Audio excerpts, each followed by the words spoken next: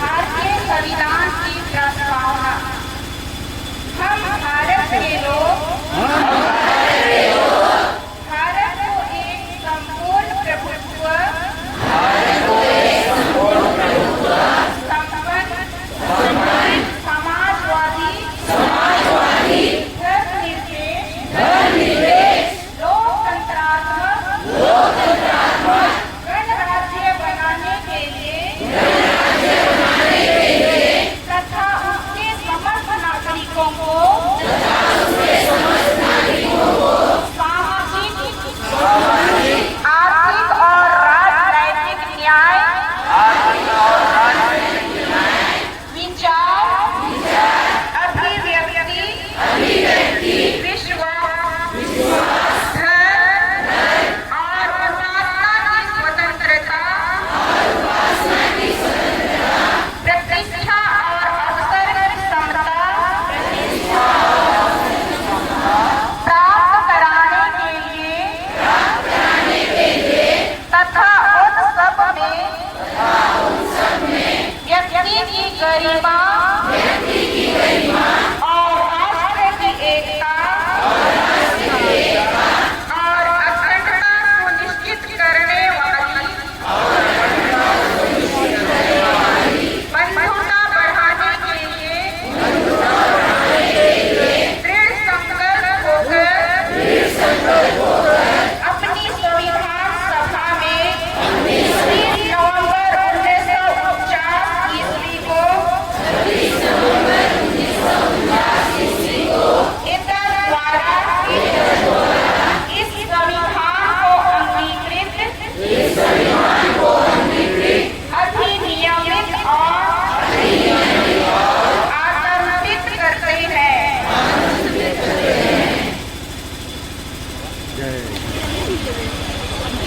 मैं हरिप्रोस संस्था से आती हूँ और आज के समय में आप लोगों को कुछ जानकारी देना चाहती हूँ जो हमारे साथ बैठे हुआ जो सच्चाई है। हरिप्रोस संस्था बहुत सारे हमारे क्षेत्र में आज बचा हुआ है, हुआ है जहाँ पर इस समय यह क्षेत्र बिल्कुल एक गाँव की तरह था, जहाँ जंगल और पेड़ पौधों से भरा हुआ था, कोई गाँव नजारा नहीं आता था। तब फरवरी 1958 ईस्वी में हरिप्रोस संस्था यहाँ पर आया है और जब उस समय बिल्कुल एक ही गाँव था और बिल्कुल ये गाँव ग्रामीण अंचल और यहाँ पर जहाँ हरिप्रोस में कोई सुविधा नहीं थी और जब हमारे शिष्य लोग यहाँ आए तो उन लोग पेड़ की छांव में मरीजों की इलाज करते थे और धीरे धीरे हमारा अस्पताल बढ़ते गया और उस अस्पताल में कार्य करने के लिए यह जरूरत महसूस की गई कि कुछ नर्सों की जरूरत पड़ी और नर्सों की कमी का महसूस करते हुए संस्था में ट्रेनिंग के लिए शुरुआत की गई।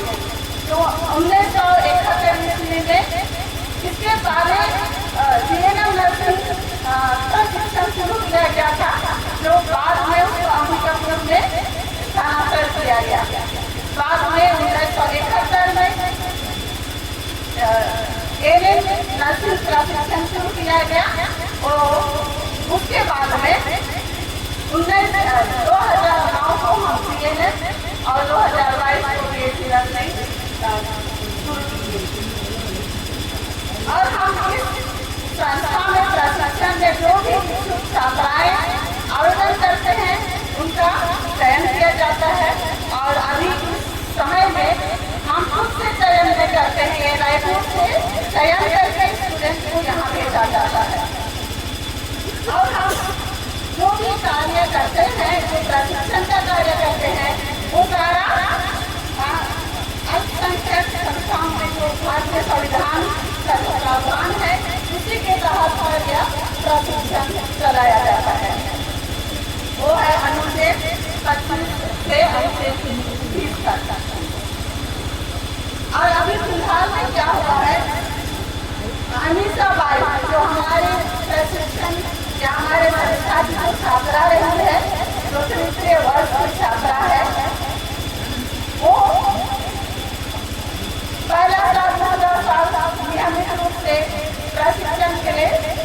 अपना कार्य समाप्त किया।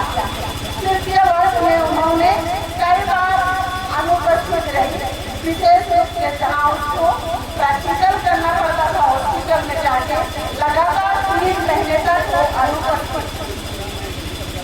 इसलिए उसे कई बार उसको याद दिलाया गया कि परीक्षा के लिए उसको औपचार्य पूरा करना है, लेकिन उन्होंने कभी उससे सुधार नहीं लाया और पूरा करने की कोशिश नहीं की। और उन्होंने 15 जनवरी को एक लिखित रूप से पत्र दिया जो 21 जनवरी तक पूरा कर लेंगे, तभी उसको परीक्षा लिखने से अनुमति दिया जाएगा। वो खुद लिखित है, लेकिन इसके बावजूद उन्होंने उसमें कोई सुधार नहीं हुआ, एक कार्य भी पूरा नहीं किया। और इसके साथ ही आंतरिक जो परीक्षा लिया जाता है प्रैक्टिकल का 2 विषय उसका है, उसको उन्होंने नहीं किया, वो आई ही नहीं जिस परीक्षा था। और उनका लिखित परीक्षा 17 मार्च से था। उन्होंने 17 मार्च को एडमिट कार्ड लेने के लिए आई से एडमिट कार्ड दिया गया और अपात्र होने के बावजूद उसे परीक्षा में बैठने दिया गया, उसे परीक्षा लिखने दिया गया। और 27 मार्च को उसको प्रैक्टिकल परीक्षा देना था। प्रैक्टिकल परीक्षा के लिए एकम से उसको 75% अपना कार्य पूरा करके दिखाना था। इसके लिए जो कार्य फाइल तैयार करती है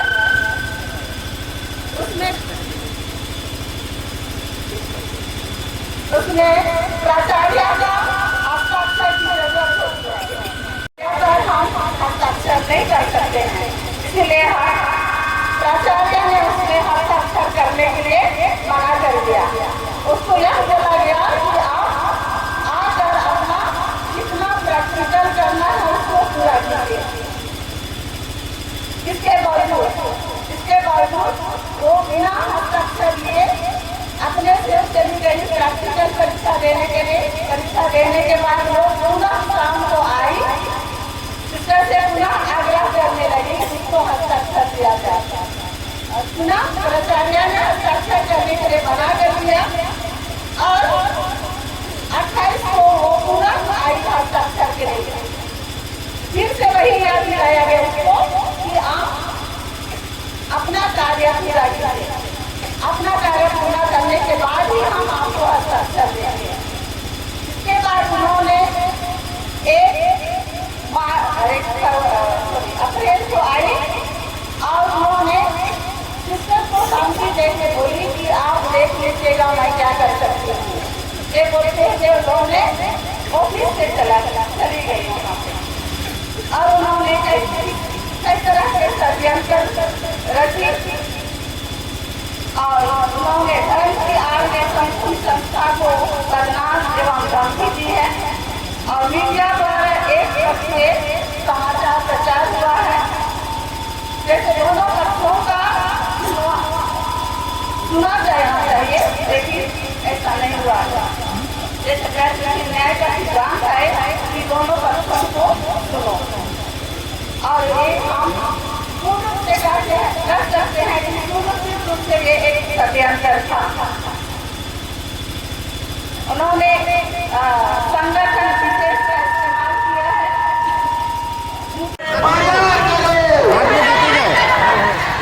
झूठा आरोप लगाने वाले पर एफआईआर करो, झूठा आरोप लगाने वाले पर एफआईआर करो,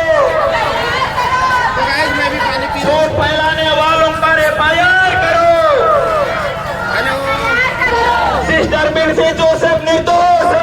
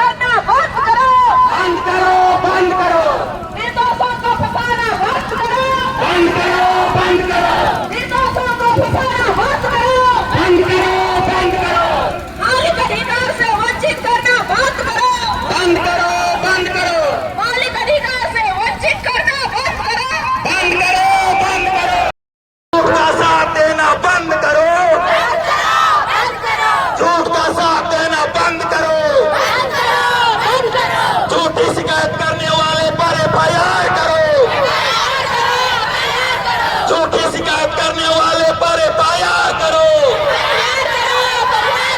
झूठा आरोप लगाने वाले पर एफआईआर करो, झूठा आरोप लगाने वाले पर एफआईआर करो। सिस्टर बिन्सी जोसेफ निर्दोष है, सिस्टर बिन्सी जोसेफ निर्दोष है, सिस्टर बिन्सी जोसेफ को न्याय दो,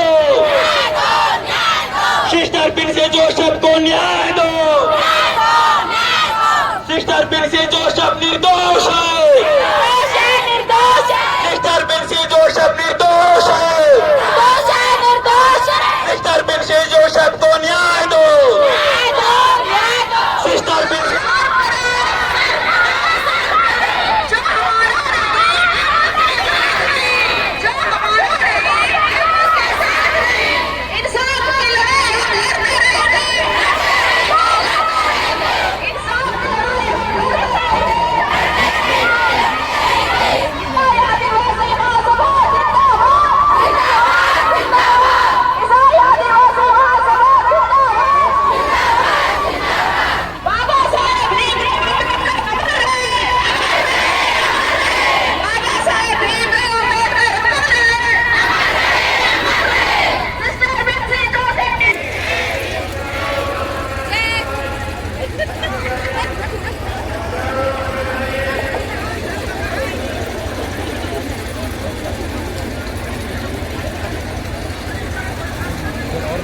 तपकरा रोड और होली क्रॉस में